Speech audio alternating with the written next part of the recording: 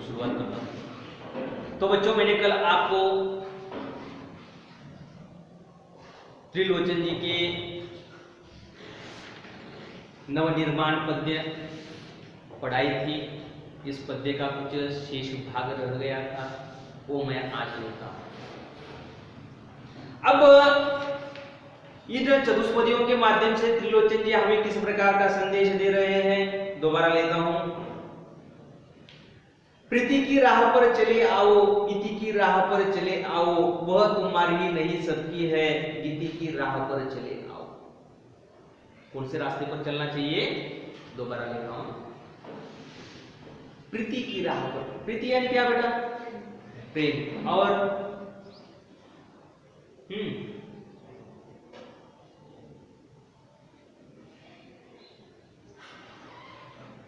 दूसरों के प्रति हमारी सहानुभूति होनी चाहिए, है ना, प्रीति होनी चाहिए, प्रेम होना चाहिए, ये सब कुछ क्या है।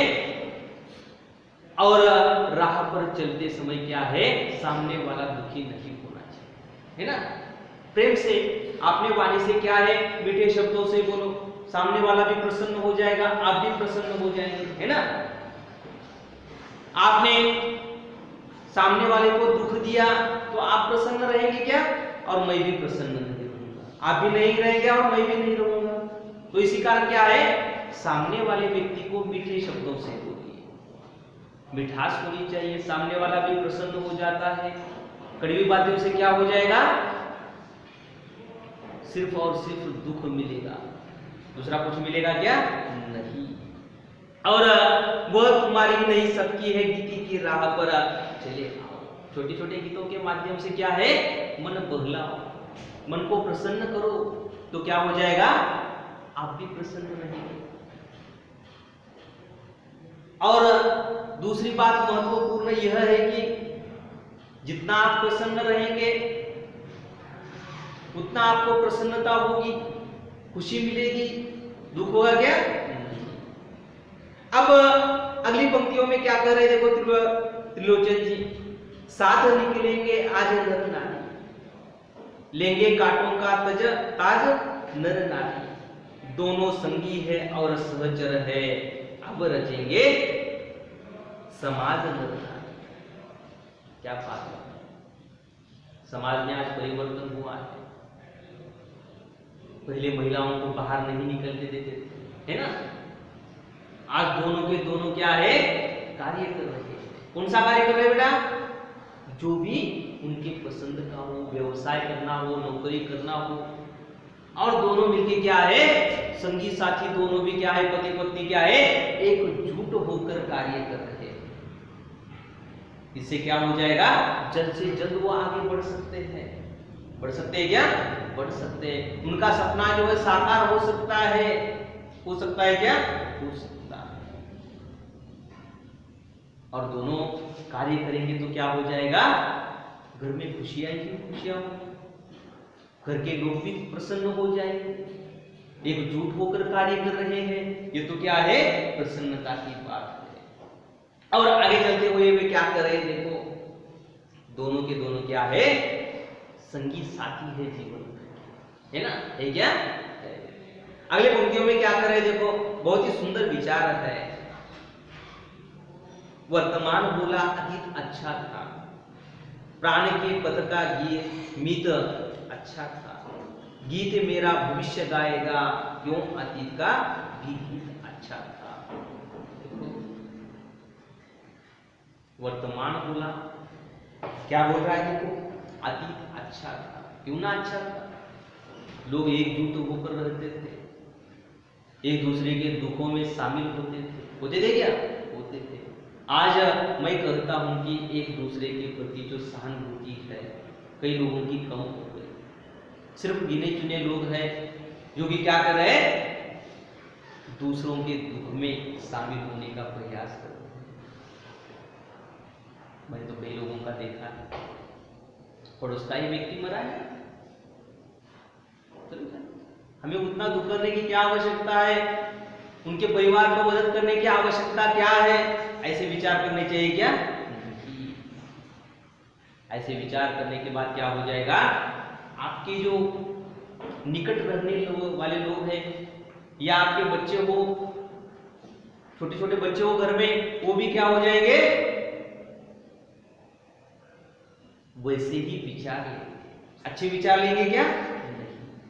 और वो सोचेंगे कि अरे क्या है, मेरे पिताजी माताजी ऐसे थे तो मुझे क्यों अच्छा उनके प्रति रहना चाहिए, ऐसा ही होगा क्या? ऐसा ही। अब वर्तमान बोला अतीत अच्छा था, क्यों ना अच्छा था, इसी कारण अच्छा था क्योंकि एक दूसरे के साथ मिलजुल कर रहते थे। प्राण के पद का मीत अच्छा था, जो मित्र थे एक दूसरे के प्रति सहानुभूति रखते थे। आज वो है क्या?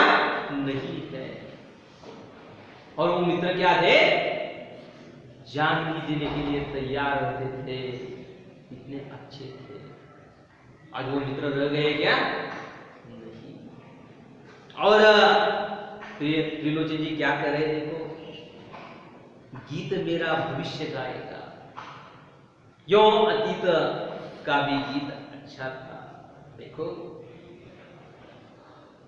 अभी तो गा रहे, लेकिन क्या है, ये विचार मेरे जो है भविष्य में काम है। ये विचार लोग लेंगे, आप लेंगे तो क्या है, अगली पीढ़ी को मिलेंगे, उसे क्या हो जाएगा, निरंतरता रहेगी। और क्या है, एक दूसरे के प्रति प्रेम भाव से लोग रहेंगे, प्रसन्न रहेंगे और आगे बढ़ते रहेंगे, है ना। मैंने एक खेती करने वाले इंसान का सुना, किसी ने तो क्या है, कुछ अलग ही प्रकार के औषधियों का प्रयोग करके क्या है, उस फसल को नष्ट कर दिया। इसे क्या मिला बेटा, उसको कुछ मिला होगा क्या? नहीं होगा। लेकिन जिसके खेत में उसने वो छिड़काव किया, उसके खेत का क्या है, पूरी की पूरी फसल बर्बाद हो गई। उसने दुआ दी होगी क्या उसको? नहीं, बद्दुआ ही दी होगी, है ना। और वो पूछ रहेंगे क्या लोग? नहीं रहेंगे। लेकिन क्या है, दूसरों का बुरा करने में कई लोगों को अच्छा लगता है। ऐसा करना चाहिए क्या? नहीं करना चाहिए। और यही विचार उन्होंने बताया कि क्या है, प्रेम के साथ रहो, सद्भावना के साथ रहो, दूसरों के प्रति हमारी सहानुभूति होनी चाहिए। सब कुछ विचार उन्होंने बताए और आगे बढ़ने की क्या है, कुछ रास्ते भी बताए, पथ के रास्ते पर चलने की तरकीब भी बताई, है ना। और यो अतीत का भी गीत अच्छा था। कौन सा? ये जो गीत है, अतीत का गीत कैसा है? अच्छा था। और यहाँ पर ये पद्य समाप्त हो जाती है। ये पद्य जो है चुनी हुई कविताएं संग्रह से ली गई है। अब जो स्वाध्याय हेतु प्रश्न दिए गए हैं, स्वाध्याय हेतु प्रश्न दिए गए। अब अगले हेतु जो प्रश्न दिया गया, कृति पूर्ण कीजिए। बल इसके लिए होता है, देखो ना, बल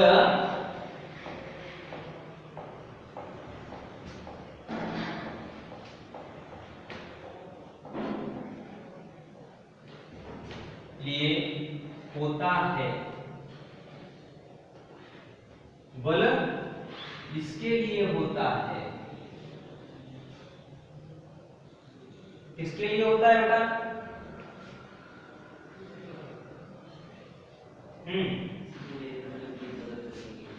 आंसर बताओ, कौन बताएगा आंसर? उत्तर कौन बताएगा बेटा? हाँ, वाह शाबाश, पीड़ित को बचाने के लिए। दूसरा? बुजुर्ग की सेवा करने के लिए। बुजुर्ग की सेवा करने के लिए। हाँ, बड़ा बड़ा शाबाश, वाह। हाँ, दूसरों को मदद करने के लिए, वाह शाबाश। हाँ, और कोई?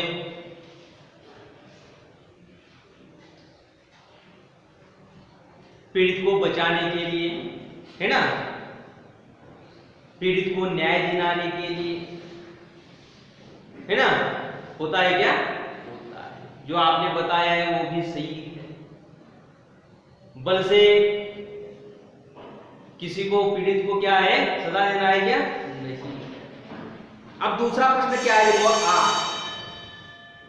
जिसे मंजिल का पता रहता है वह, जिसे मंजिल का पता रहता है वह, हाँ, कौन बताएगा बेटा उत्तर?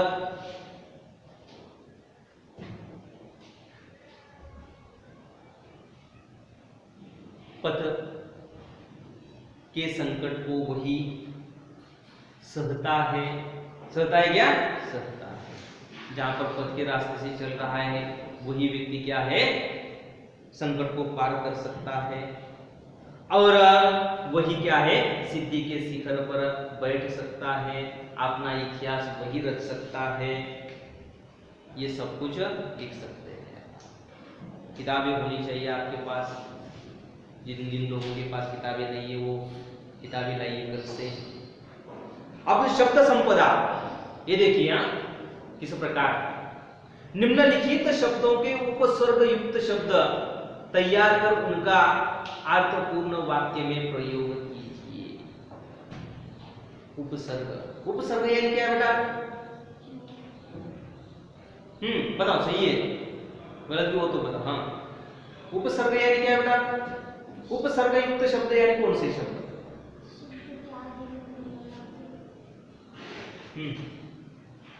क्या है जो बता रहे हैं आप? सही है, बताओ।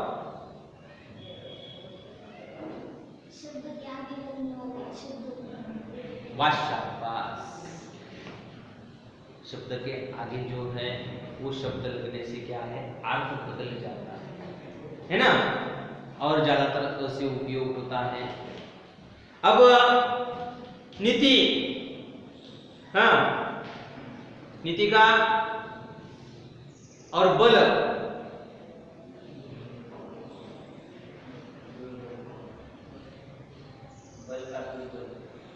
कल तैयारी करके मुझे बताओ, दोनों में शब्दों में दे रहा हूं, ठीक है? कठिन शब्द नहीं है, लेकिन आपको मैंने पढ़ाया है, नोट्स में भी दिया था कि उपसर्ग किस प्रकार, उपसर्ग क्या है और किस प्रकार लिखना है, ठीक है? अब अभिव्यक्ति हेतु जो प्रश्न दिए गए हैं, इतने तो होने चाहिए ना, सब कुछ मैं ही बता दूंगा तो क्या है? जो एक आध दो बच्चों को आते हैं वो बताएंगे तो बाकी के व्यक्ति को, बच्चों को भी चालना नहीं मिलेगी। इसी कारण क्या है, आपने आप ये उत्तर तैयार करते चलो, इसके माध्यम से क्या है, आप थोड़ा बहुत और पढ़ाई करेंगे। अभिव्यक्ति हेतु जो प्रश्न दिए, धरती से जुड़ा रहकर ही मनुष्य अपने लक्ष्य को प्राप्त कर सकता है, इस विषय पर अपना मत प्रकट कीजिए। धरती से जुड़ा रहकर ही मनुष्य अपने लक्ष्य को प्राप्त कर सकता है, आपने विचार मंतव्य करना है, व्यक्त करना है। कर सकते हैं क्या? कर सकते हैं। और वो क्या है, आपको मैं स्वाध्याय हेतु ये दो प्रश्न दे रहा हूं। समाज का निर्माण और विकास नर नारी के सहयोग से ही संभव है, इस पर आपने विचार लिखिए, ठीक है? ये दो प्रश्न आपको स्वाध्याय हेतु दे रहा हूं। और ऊपर के कौन से, उपसर्ग युक्त शब्द और तैयार करके उनका अर्थपूर्ण वाक्य में प्रयोग कीजिए। और दूसरी बात, इस पद्य में से और शब्द ढूंढकर क्या है, निकाल कर उसके उपसर्ग युक्त शब्द बनाकर लाइए, ठीक है? ये पद्य समझ में आई होगी आपको। कल भी मैंने पढ़ाई थी और जो शेष भाग रह गया आज पढ़ाया है, और उसके पूरे के पूरे स्वाध्याय है, फिर जो प्रश्न दिए गए वो भी तैयार कीजिए, ठीक है? और एक बात है कि इस पद्य के माध्यम से और एक प्रश्न तैयार करना है। कौन सा? कृति पूर्ण कीजिए और